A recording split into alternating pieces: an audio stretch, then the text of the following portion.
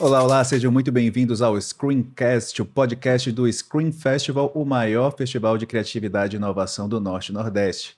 Eu sou o Lucas Reis, atual presidente da ABMP, Associação Baiana do Mercado Publicitário, que organiza o Screen, e hoje eu estou aqui com uma convidada muito especial, com Maíla Pita, atual diretora de cultura da Secretaria de Cultura e Turismo do município de Salvador. Maíla, um prazer estar aqui com você. Queria que você se apresentasse um pouco, descobri que a gente foi quase colega de faculdade e tal. Queria saber um pouco mais de Maíla, queria que todo mundo soubesse um pouco mais de Maíla, não só da Maíla diretora, especialistas aí em políticas culturais, mas da Maíla pessoa, do que ela gosta, o que come, onde vive. Gostei, bom começo, hein? Bom começo. Bom, eu sou primeiramente mãe de Thales e Martim, gêmeos de Uau, 9 anos, então eu sempre coloco isso como marco em minha vida pessoal e profissional. A chegada deles, eu penso que foi assim definidora em vários aspectos, no sentido de entender para que eu estou aqui, né? Nesse lugar, nesse mundo, não via passeio e assim grandes transformações na minha vida pessoal e profissional aconteceram em virtude da chegada de Thales e Tim. Então, ser mãe já é uma grande responsabilidade de gêmeos. Fico até sem ar. Então, entender, né, que área de atuação é essa, que perfil é esse, o que efetivamente eu faço profissionalmente, o que eu não faço, onde me cabe com os meus filhos e onde não me cabe, onde eu não devo estar.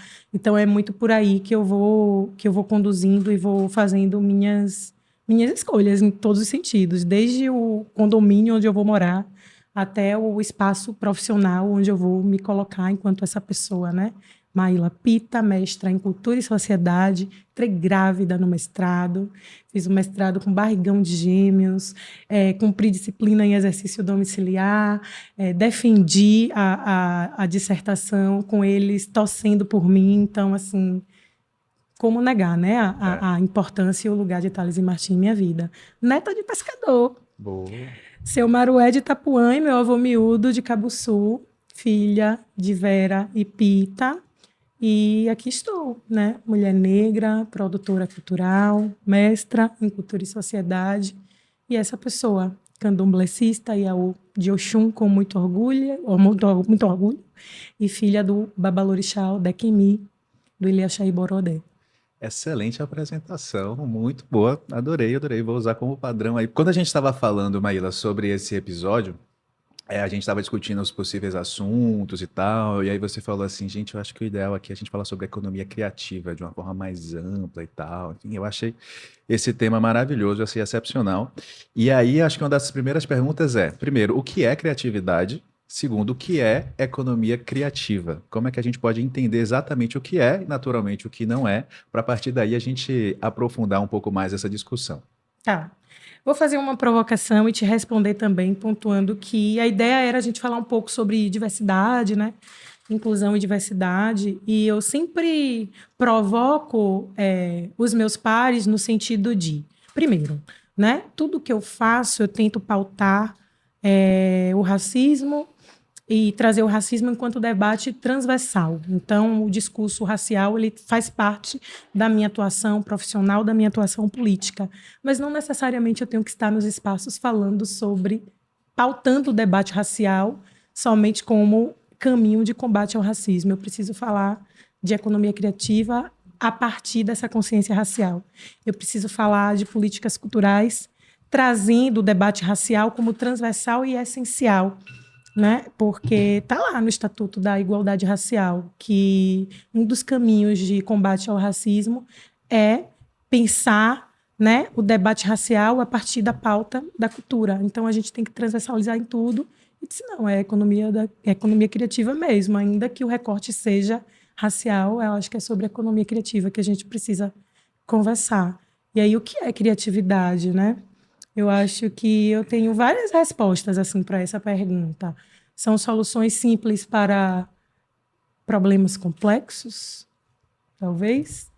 É você partir da sua capacidade intelectual para propor, de repente, soluções inovadoras para determinados problemas.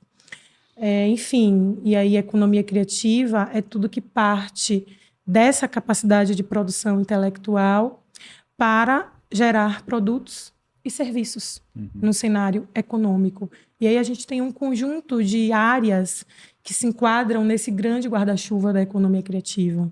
A própria publicidade, a moda, a cultura e os diversos segmentos culturais que aí estão. Então, entra aí o campo das artes, enfim, a cultura é muito mais do que produção artística, né? É modo de vida.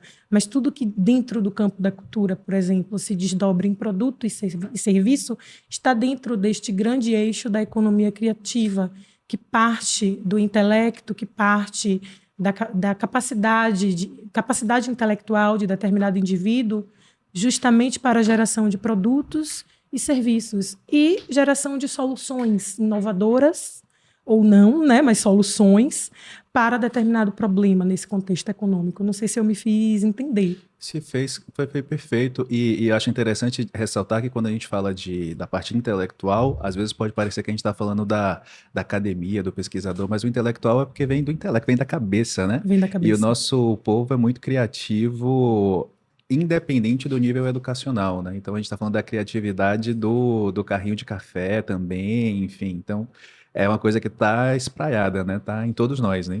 O tempo todo. Nas ruas, nas entidades carnavalescas negras, por exemplo. Lembrar que o Ileaie criou uma metodologia de trabalho, e uma metodologia que deu muito certo. Então, a gente não pode, de forma alguma, deixar de entender isso como inovação e dentro desse grande eixo da economia criativa. E aí a gente fica muito, Lucas, sobretudo no campo da economia criativa negra, das produções artísticas, dos negócios negros, nesse interlugar, porque muitos grupos, muitos espaços não entendem a sua iniciativa enquanto negócio, né? Mas então, é um produto, é um serviço, tem um preço, faz parte do mercado, então por que não se entender enquanto negócio, enquanto parte constituinte desta economia criativa da cidade de Salvador? Maravilha, maravilha. E aí, pra gente, uma das coisas que eu falo, né, nesse ano eu fui convidado para ir lá para Expo Favela, participei de um painel sobre empreendedorismo negro e tal. Uma das coisas que eu falei lá é que muitas vezes a gente não se enxerga como empresário, a gente não se enxerga como criativo, porque a gente acha muito natural a forma como a gente faz as coisas. E muitas vezes a forma como a gente faz as coisas ela tem um valor incrível para quem não está habituado a ela. Então, às vezes, a forma que a gente usa para resolver um problema, para achar uma solução, isso que diz que o baiano tem uma malemolência, tem um jogo de cintura, sabe? Consegue lidar com várias situações, isso tem muito valor, por exemplo, no mundo corporativo. E um dos objetivos do Screen é justamente o de dar mais visibilidade e agregar valor, de mostrar o valor agregado, na verdade, da criatividade, das soluções criativas que são desenvolvidas aqui em Salvador. Conectá-las aí com iniciativas de fora de Salvador, do resto do Brasil e do mundo, mas de mostrar, olha, isso que é feito aqui, isso tem um valor excepcional, não precisa ser validado fora para a partir daí a gente achar que isso de fato tem valor. E aí eu queria te perguntar, como é que você enxerga a influência, a relevância de iniciativas como essa, como o festival, o Screen Festival, que buscam dar, digamos assim, mais brilho ou visibilidade ao palco mesmo para a nossa criatividade daqui de Salvador? Que reconhece, né? Que valida esse lugar potencialmente criativo de pessoas, né, essencialmente criativas. Eu acho que a gente precisa sempre muito e cada vez mais de espaços assim aqui na cidade e, sobretudo, espaços assim criados e protagonizados por nós mesmos. Então, não somente realizar o screen, mas também estar ali dialogando com os atores, com os agentes sociais, com as empresas, com os negócios que dão dinamismo a essa cidade. E aí, assim, a cidade, ela é um caldeirão. Ela nos dá muitas possibilidades de criação, muitas possibilidades de articulação, muitas possibilidades de criação de redes e novas soluções, porque é uma cidade muito diversa, musicalmente diversa, sabe? Culturalmente diversa. E aí, com potencial turístico enorme, e a economia criativa está diretamente ligada ao turismo, porque o que dá movimento ao turismo da cidade de Salvador é o nosso potencial cultural, é a nossa identidade, é o que nos difere de todo o país enquanto lugar único. No sentido de, e aí eu não estou sendo bairrista, não, é no sentido de viver aqui em Salvador algo que você não consegue viver em nenhum lugar. E é por isso que você vai para o Maranhão, e é por isso que você vai para o Rio, porque tem coisas do lugar. E Salvador tem esse potencial atrativo. Então, primeiro, a gente está num cenário muito diverso. E segundo, a gente tem figuras nesse cenário que conseguem aproveitar muito bem esse potencial que a cidade oferece e transformar tudo isso em soluções, em ideias, em soluções de negócio muito criativas. Então, o carrinho de café, incrível. Só tem aqui, né? Só tem aqui. E é uma coisa super simples. É aquela coisa de você criar soluções simples para ideias complexas, mas não necessariamente. Né? O cara pegou, fez um caminhãozinho ali que é um trio elétrico e sai pela rua vendendo café. Então, O próprio trio elétrico é criatividade nossa, né? nossa, e assim, a experiência do Carnaval de Salvador é a experiência do Carnaval de Salvador. Você não vai viver em nenhum lugar. E é não somente por conta de um movimento do poder público, né, que está ali orquestrando o Carnaval, mas também por conta dos movimentos sociais, de como as pessoas ocupam a rua, do que faz sentido nesse Carnaval, de como as pessoas vivenciam isso. Então, essa experiência do Carnaval é muito pelo potencial da cidade no âmbito de música. Salvador é a cidade criativa da música, isso é inegável, né? Mas também por conta de como a população vivencia e ocupa esse espaço do Carnaval. Boa. Nas suas respostas anteriores, você tocou em 2 pontos que são muito basilares para o Screen. O primeiro é o de a gente falar de diversidade de uma maneira que seja mais natural. Aí eu brinco assim, a gente não pode chamar uma pessoa que é mestra e negra e começar perguntando como é ser mestra negra. Você tem que se explicar, meio justificar. A gente vai falar do assunto, do tema, e foi por isso aí que foi tão bom a gente mergulhar em economia criativa, ao invés de a gente ter que fazer essas explicações prévias. Uma outra se a gente quer falar de criatividade e inovação, mais especialmente ainda de inovação em Salvador, se a gente tenta replicar um evento que aconteceria em São Paulo, tentando trazer um americano, tentando trazer um fundador de startup, unicórnio e tal, vai ficar uma coisa meio, assim, uma versão apequenada, né? Mas o que é que só a gente consegue fazer? É falar de inovação numa perspectiva de ancestralidade, né? É falar de inovação conectando o futuro com o passado. No ano passado, por exemplo, a gente teve um painel que falava sobre tokenização de ativos e logo depois a gente teve um painel que falava sobre a ancestralidade. A gente trouxe um indígena, né, um representante dos nossos povos originários para falar um pouco dessa história. E eu acho que a beleza de Salvador, como você falou, é justamente essa, de a gente poder olhar para o futuro a partir das nossas raízes. E aí a gente sabe que tem para o bem e para o mal, né? A gente tem coisas muito positivas e coisas também muito negativas na nossa história. Mas toda essa introdução é para te fazer uma pergunta sobre isso. Como é que você acha que esse futuro e passado se conectam aqui em Salvador? Então, você concorda que é mais inteligente a gente olhar para a nossa ancestralidade para a partir daí projetar o futuro e com isso ser diferente de todos os outros? Ou que a gente deveria tentar eliminar esse passado e tentar copiar os outros? Várias perguntas em uma só, hein, Lucas? Vamos lá. Primeiro você perguntou como é que a gente conecta, né, passado com futuro. E a minha resposta é sempre através do presente. Através do presente, porque, por exemplo, eu, enquanto mulher negra, filha de orixá, jamais vou me colocar no presente sem saudar, reverenciar e validar a minha ancestralidade. Então, em primeiro lugar, é através do presente que a gente se conecta com o passado. Eu estou aqui hoje conversando com você em virtude de quem me antecedeu. Então, este corpo negro político, este corpo negro tem obrigatoriamente a necessidade de se colocar enquanto corpo político. E este corpo político e negro que eu sou se coloca saudando e reverenciando essa ancestralidade. E aí, este corpo negro se conecta com o futuro a partir do momento em que eu prospecto, planejo coisas, crio soluções simples para problemas complexos, né?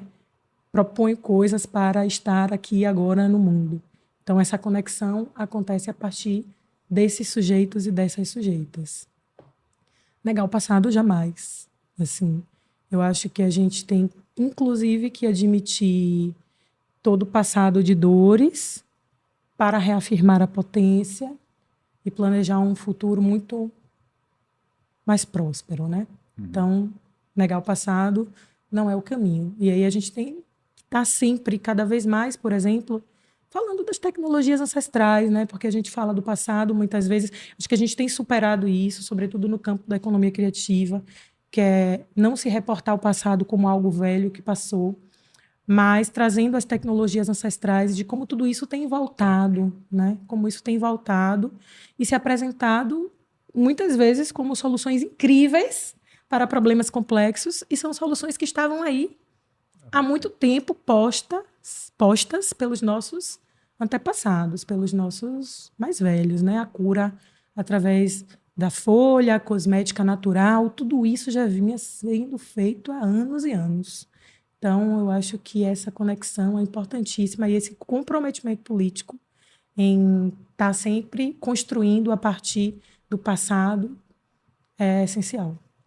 Maravilha. Dizem que só existe o presente, né? Que o passado já passou, o futuro está por vir, o presente é realmente o que está sob o nosso controle, um pouco do que você falou, né? Assim, a conexão acontece no agora. O que é que a gente está fazendo agora para honrar o nosso passado e pavimentar o nosso futuro? Achei isso bem interessante. E a gente está falando muito aqui da questão da criatividade, da economia criativa. Quando a gente fala de economia, já está aí, né, subentendido que tem uma troca de valores e tudo mais. Mas a gente está numa cidade que ainda é muito pobre. E num dos festivais, nossa segunda edição, o nosso slogan foi criatividade que gera valor, assim, para o Screen bater nessa tecla de que a ideia de fomentar a criatividade, fomentar a economia criativa, é a de gerar valor para que as pessoas possam ter uma vida melhor e tal. E aí eu queria ouvir de você um pouco do que você enxerga de potencial que o crescimento da economia criativa tem para gerar um impacto social mesmo, né, de mudança na estrutura social de Salvador, que, como eu falei, ainda é uma cidade muito pobre, todo mundo reconhece que é uma cidade muito criativa e que isso tem valor, mas a gente não está conseguindo transformar esse valor ainda em resultado na mão das pessoas para que elas possam ter uma vida melhor, né? Olha, ele tá me apertando. Peraí, repete, vamos lá. Qual é a pergunta? O potencial que você vê para que a economia criativa gere uma mudança social em Um Salvador, né? impacto social. Sim, vamos lá. Econômico e social. Econômico e social. Bom, eu acho que o que eu vejo é que já existe um impacto econômico que não é mensurado. Então, a gente precisa validar isso, digamos assim, entender até que ponto a economia criativa, os serviços e produtos criativos impactam de forma efetiva a economia da cidade de Salvador. E quais são os atores sociais, quais são os agentes, quais são as partes desse ecossistema que contribuem para com este impacto. Eu acho que esse é um primeiro desafio que é posto aí para nós enquanto poder público, né? É a partir de dados que a gente constrói políticas públicas, inclusive estruturantes para esses setores. Então, partindo dessa lacuna, entender essa necessidade de geração de dados para mensurar esse impacto é essencial. Mas como é que a gente pode fazer isso de forma socialmente responsável? Eu vou te trazer um exemplo assim, bem bacana, que é o conjunto de esforços que a Prefeitura Municipal de Salvador, através da Secretaria de Cultura e Turismo, tem concentrado para o desenvolvimento do afroturismo na cidade de Salvador. A gente entende que essa cidade potencialmente criativa, ela pode se tornar um destino de referência no âmbito do afroturismo. Você consegue entender quando eu falo afroturismo? Um turismo, Acho que vale você explicar, né? O que seria o afroturismo? um turismo de referência afrocentrada. É um turismo, são experiências de turismo pautadas a partir do ponto de vista negro na cidade de Salvador. É a história contada a partir deste lugar, é acessar velhos roteiros, né, antigos roteiros, a partir do olhar afrocentrado e não eurocentrado. E acessar novos lugares que muitas vezes estavam ali fora do eixo de visitação e que você se permite estar ali num novo lugar, como de repente a Pedra de Xangô, que não é um novo lugar, mas dentro do roteiro, né, hegemônico do turismo da cidade de Salvador, ele não estava. Então, o afroturismo, ele traz essas outras narrativas, essa narrativa negra, essas outras experiências a partir desse olhar afro-referenciado. E aí, a gente entende que, para a gente colocar Salvador nesse centro do mundo, a gente precisa primeiro fortalecer a base. A gente precisa entender o conjunto de serviços, produtos e serviços que fazem parte desse cenário do afroturismo na cidade. Então, o turista vem para cá, ele consome, ele vai a restaurantes, ele vai a espaços, ele compra bibelôs, ele compra presentes. E aí, os roteiros, a experiência de afroturismo, ela precisa eminentemente fortalecer os afroempreendedores. Uhum. Como é que a gente fortalece os afroempreendedores? Com qualificação. Tá, qualificação é essencial para a gente poder pensar aí design de produto, tempo de prateleira, precificação, atendimento ao público. Mas não é só isso. Tem um monte de negócio aí qualificado, com produto bacana, que não acessa os espaços de comercialização, que não consegue sentar numa mesa e negociar com grandes investidores, com empresários. Então, para além de fortalecer a partir da qualificação, a gente precisa colocar essa base em contato com investidores, com empresários, criar oportunidades de negócios. Eu estou falando de desenvolvimento de afroturismo, de colocar Salvador como referência do afroturismo no mundo e dizendo que eu não consigo fazer isso sem pegar as pessoas, os negócios que dão sentido a esse afroturismo, que oferecem um conjunto de serviços, produtos e serviços nesse cenário para quem vem de fora consumir. Então, eu trago esses atores sociais, e eu estou falando de afroturismo. Quem são essas pessoas? Turbantistas, grupos culturais negros, manifestações culturais negras, que socialmente estiveram à margem. Então, eu estou falando de inclusão social. Eu estou falando de reparação social. Eu estou falando de impacto social. Está conseguindo entender o fio condutor? Então, a gente realiza o Afroestima, que é um conjunto de qualificações para fortalecimento dos empreendedores negros da cidade de Salvador, e a gente cria o Afrobis, que é uma plataforma de negócios que conecta esse conjunto de empreendedores com empresários, investidores nacionais e internacionais, através de rodadas de negócio e também da criação de espaços de comercialização em shopping center, através de feira. Então, as pessoas precisam circular, as pessoas precisam vender, inclusive para chegar num nível de maturidade, né? E, para além disso, a gente cria grandes espaços de visibilidade para este destino, Salvador. E essa estratégia se chama Salvador Capital Afro, que é uma grande estratégia que conecta aí esse destino com o mundo e coloca esses empreendedores no centro. Então, o que dá sentido ao afroturismo é o potencial da economia criativa negra da cidade. E falar de economia criativa negra, pensar no impacto, né, do ponto de vista social, pressupõe trazer esses agentes que historicamente estiveram à margem para viabilizar tanto oportunidades de negócio como fortalecimento e estruturação desse negócio. Eu adorei essa fala, já fica aí para a edição, ó, pode fazer um corte dessa fala de Maíla, muito bom aí, porque vale a pena a gente entender, porque você deu um mapeamento de iniciativas do poder público para estimular o afroempreendedorismo, seja do turismo, seja no comércio, seja de serviços, etc, etc. Isso é bem interessante. E eu quero te fazer duas perguntas que não estão no roteiro. Tá. Espero que dê certo. Uma pergunta é, primeiro, quando você fala das ações de visibilidade, automaticamente vem à minha cabeça todo esse mês de novembro que vai acontecer em Salvador. Falo vai acontecer porque a gente está gravando no final de outubro, o episódio está indo ao ar no início de novembro. Sim. Então tem desde Liberatum no início do mês, a Screen no final do mês, todos com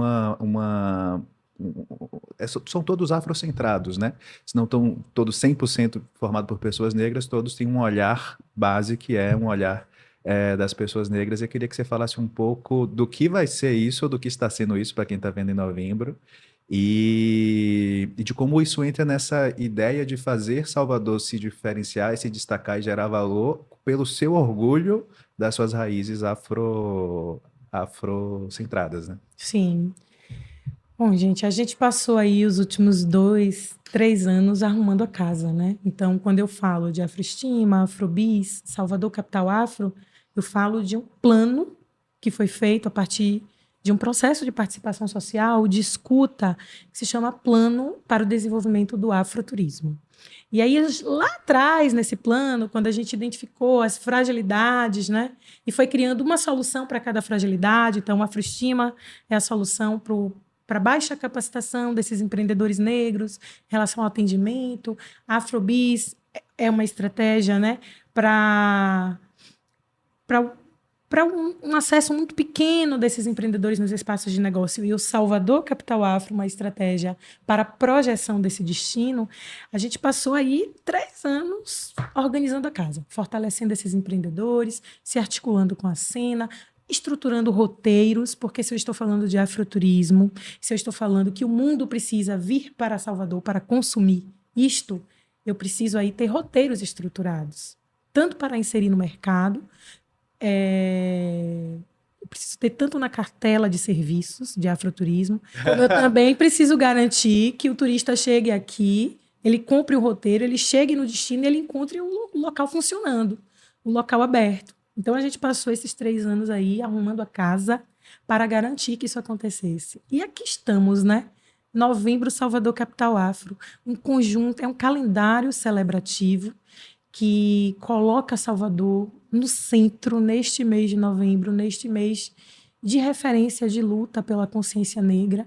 E a gente coloca Salvador no centro a partir das nossas potências, a partir do nosso potencial atrativo. E a gente tem grandes projetos de fora vindo para Salvador e que tem um impacto muito grande, inclusive na economia criativa, mas também a partir do nosso potencial de realização. E aí o Festival Salvador Capital Afro, que acontece dentro do mês de novembro, é nosso, né? Nós estamos realizando do início até o fim. Então, depois de ter arrumado a casa, hoje a gente abre as portas e diz, tá pronto, vem que tá tudo aqui funcionando. Maravilha. E a outra pergunta que eu tinha para fazer, que eu tenho para fazer é: eu, que sou empreendedor negro, como é que eu consigo participar dessas iniciativas, né? Então, para nossa audiência aqui, quem está escutando e também é um empreendedor negro, conhece um empreendedor negro, como é que essa pessoa pode participar do Afroestima? Tem que se inscrever? Acontece numa praça? Conta um pouquinho mais. Joia. Bom, Afroestima e Afrobis, nós estamos no momento de ato. Concluímos a primeira etapa, foram cerca de 1.000 empreendedores qualificados aí através do Afroestima, e a plataforma Afrobis tem quase 2.000 empreendimentos cadastrados, ainda está ativa. Você pode acessar a plataforma Afrobis Salvador, tá? E se cadastrar individualmente. Bis com Z, não é isso? Afrobis com Z. O Festival Salvador Capital Afro, especificamente, vai acontecer aí entre 22 e 24 de novembro. Então, nós teremos rodadas de negócio com inscrições que foram abertas em outubro, encerrarão, né? A gente está falando como é gravado o podcast, inscrições encerradas no início de novembro, mas foram abertas para todos os empreendedores negros, ok? Importante demarcar, da música, das artes visuais e do cenário do afroturismo. E aí, dentro do Festival Salvador Capital Afro, a gente coloca esses profissionais, esses negócios, esses artistas que foram inscritos e que passaram por uma curadoria em contato direto com curadores de festivais nacionais e internacionais, galeristas, agências de turismo nacionais e internacionais. A gente coloca quem realiza com quem tem o potencial e a possibilidade de pagar por esse serviço. Então, isso é importantíssimo. E dentro do festival, nós vamos oferecer aí oficinas, workshops, painéis, sempre conectando Salvador com o mundo, sempre com participações nacionais e internacionais, porque a gente entende que o intercâmbio é essencial. Então, quando a gente parceriza com o Scream, quando a gente parceriza com Afropunk, quando a gente parceriza com Liberatum, a gente entende que esses projetos, eles vêm para cá, eles geram impacto, eles contribuem para o fortalecimento da rede, eles contribuem para que haja um intercâmbio entre Salvador e outros estados, entre Salvador e outras referências do mundo. Então, isso é essencial. E aí, para participar do Salvador Capital Afro especificamente, é só ficar atento aí às nossas plataformas, ao Instagram do Salvador Capital Afro. A gente vai estar divulgando toda a programação de novembro e a programação do festival especificamente. Então, fica atento, porque vem muita coisa boa por aí. Maravilha, tem um amigo meu, que é o outro host desse podcast, que sempre fala isso. Vem coisa boa por aí. É Diego Oliveira, que é o curador do Screen, inclusive. Deixa eu te fazer uma pergunta, assim, e de coração aberto. Quando a gente vê, assim, política para desenvolver um lugar, geralmente a gente vê investimentos de bilhões em indústria de carro, indústria de energia, indústria de petróleo. É muito raro a gente ver uma política que pense em mudar realmente, provocar um grande crescimento econômico e social através da economia criativa. E aí sempre fica uma pergunta que é, será que a economia criativa tem esse poder mesmo ou tem que ser indústria automotiva, indústria de petróleo, etc. Assim, você acha de coração aberto, não estava nem no roteiro essa pergunta, assim, que qual é até onde ou até quanto a economia criativa pode provocar uma mudança real em Salvador e o quão perto ou longe a gente está desse potencial hoje? Tá. Eu vou te devolver e te perguntar mudança em quais aspectos, né?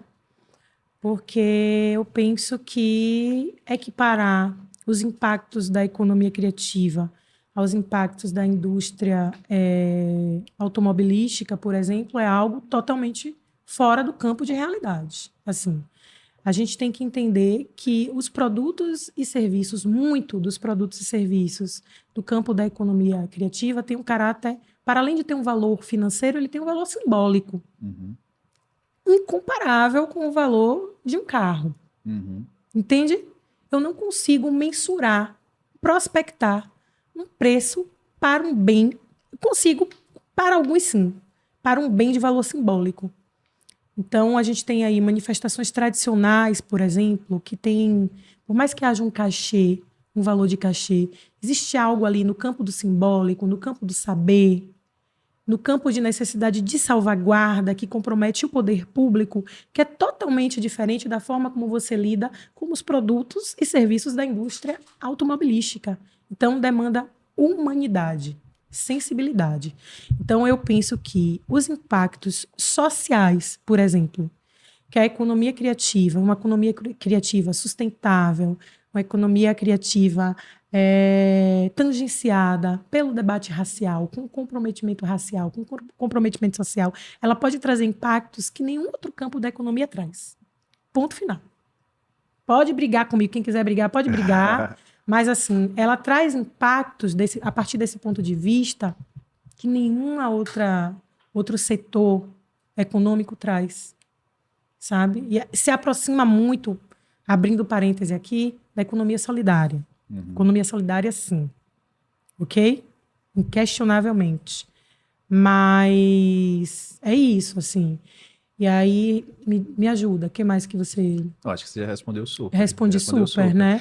Eu- E aí, assim, sem dúvida, a gente tem um impacto econômico, sim, que é subestimado, subutilizado. Então, assim, a gente tem algumas referências no mundo, por exemplo, né?